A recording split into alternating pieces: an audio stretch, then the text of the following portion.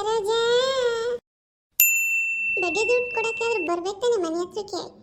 ಏನೋ ಅವಳು ನೋಡ್ಲಿಲ್ಲ ಅಂದ್ರೆ ಸಮಾಧಾನನೇ ಆಗಲ್ಲ. ಸರೋಜಾ, ಕೊಡ್ತೀನಿ ಆಂಟಿ.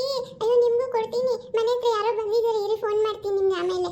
ಅಯ್ಯೋ ಮತ್ತೆ ಬಂದ ಈ ಬಡ್ಡಿ ಬಸಪ್ಪ. ಅಯ್ಯೋ ಯಾಕಾರು ತಗೊಂಡ, ಹಂಗೂ ಹೇಳಿದ್ರು ತಕೋಬೇಡ ಅಂತ ತಕೊಂಡೆ. ಏನ್ ದಿನಕ್ಕೆ 3 ಸಲ ಬರ್ತಾನೆ ಮನೆ ಹತ್ರಕ್ಕೆ. ಇವತ್ತು ಸರಿಗೆ ಮಾಡಿ ಕಳಿಸ್ತೀನಿ ಇರಿ ಇವನ್ಗೆ. ನನ್ನ ಮುದ್ದು ಸರೋಜಾ, ಸುಮ್ಮನೆ ಜಗಳ ಆಡೋದ್ರೆ ಅಕ್ಕಪಕ್ಕದವ್ರು ಬರ್ತಾರೆ. ಏನ್ ಮಾಡೋದು, ಇವನ್ಗೆ ಹೆಂಗ್ ಮಾತಾಡ್ಸಿ ಹಂಗೆ ಮಾತಾಡ್ಸಿ ಕಳಿಸ್ಬೇಕು. ಅಣ್ಣ ನಾನು ತಂದ್ಕೊಡ್ತೀನಿ ಅಣ್ಣ. ನಾನು ಇವತ್ತು ನಿಮ್ಗೆ ಹೇಳ್ತೀನಿ ಯಾವತ್ತು ಕೊಡ್ತೀನಿ ಅಂತ. ಸ್ವಲ್ಪ ಟೈಟ್ ಆಗ್ಬಿಟ್ಟಿದೀವಿ ಅಣ್ಣ ದುಡ್ಡಿನ ವಿಷಯದಲ್ಲಿ. ಕೊಡ್ತೀನಿ ಅಣ್ಣ. ನೀನು ಅಣ್ಣಗಿನ ಅಂದ್ರೆ ನೀನೀಗಲೇ ದುಡ್ಡಿಗೆ ಬೇಕಾಗುತ್ತೆ ಅಣ್ಣ ಅನ್ಬೇಡ ಸರೋಜಾ. ಸರಿ ಅಣ್ಣ, ಫೋನ್ ಬರ್ತೈತೆ, ನಮ್ಮ ಯಜಮಾನ ಫೋನ್ ಮಾಡ್ತಾನೆ. ಏನ ಬರ್ತೈತಿ ಮನೆಗ? ಆಯ್ತು ಬಾ.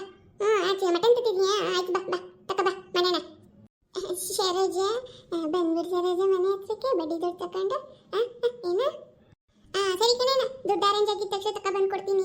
ಇಲ್ಲಾಂದ್ರೆ ಚೀಟಿ ದುಡ್ಡಾದ್ರೆ ಎತ್ಬಿಟ್ಟು ಕೊಡ್ತೀನಿ ಈ ತಿಂಗಳು, ಆಯ್ತಾ? ಏನಾದರೂ ಚೀಟಿ ದುಡ್ಡು ಎತ್ಬಿಟ್ಟು ನನ್ನ ಬಡ್ಡಿ ದುಡ್ಡೆಲ್ಲ ತೀರಿಸ್ಬಿಟ್ರೆ ಏನೋ ಬಡ್ಡಿ ದುಡ್ಡು ನೆಪ ಬಂದು ನೋಡ್ತೀನಿ ಇವಳ. ಬಿಟ್ಬಿಡ್ತೀನ ಇರು, ಚೀಟಿ ಸಿಗ್ದಿರಂಗೆ ಮಾಡ್ತೀನಿ ಇವಳಿಗೆ ಈ ಸಲ.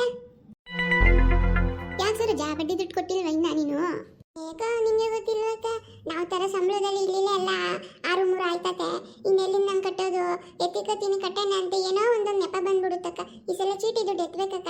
ಹೌದಾ? ಈ ಸಲ ನಾನು ಕೂಗ್ಬೇಕು ಅನ್ಕೊಂಡಿದ್ದೆ ಸರೋಜಾ. ಕಮಲಮ್ಮ ಆಂಟಿಯವರೇ, ಅಯ್ಯೋ ದಯವಿಟ್ಟು ನಾನು 5 ತಿಂಗಳಿಂದ ಎತ್ತಬೇಕು ಅನ್ಕೋತಾ ಇದ್ದೀನಿ. ದಯವಿಟ್ಟು ಈ ತಿಂಗಳು ಕೂಗಬೇಡಿ, ನಂಗೆ ಬೇಕು, ತುಂಬ ಎಮರ್ಜೆನ್ಸಿ ಇದೆ. ಅಯ್ಯೋ ಸರೋಜಾ, ನನಗೂ ಎಮರ್ಜೆನ್ಸಿ ಇದೆ ಸರೋಜಾ. ಏನು ನಮ್ಮ ಮಗಳಿಗೆ ಒಡವೆ ಮಾಡಿಸ್ಬೇಕು ಅಂದ್ಕೊಂಡಿದ್ದೀನಿ. ಮದುವೆ ಬೇರೆ ಸೆಟ್ ಮಾಡೋಣ ಅಂದ್ಕೊಂಡಿದ್ದೀವಿ. ಹುಡುಗರು ಬಂದು ನೋಡ್ಕೊಂಡು ಹೋಗ್ತಾರಲ್ಲ, ಯಾವುದಕ್ಕೂ ಈ ಸಲ ಎತ್ತಿಕೋಬಿಡೋಣ ಅಂತ ಪ್ಲಾನ್ ಮಾಡ್ತಾ ಇದ್ದೀವಿ. ಅಕ್ಕ, ನಾನು ನೀನು ಮಾತಾಡ್ದಂಗಲ್ಲ ಚೀಟಿ ಕೂಗ್ದಂಗೆ. ನೋಡೋಣ ಇನ್ನು ಯಾರ್ಯಾರು ಎಷ್ಟೆಷ್ಟು ಬಿಟ್ಟು ಕೂಗ್ತಾರೆ ಚೀಟಿನ. ನೋಡೋಣ ಯಾರ್ಯಾರು ಚೀಟಿ ಕೂಗ್ತಾರೆ ಈ ಸಲ.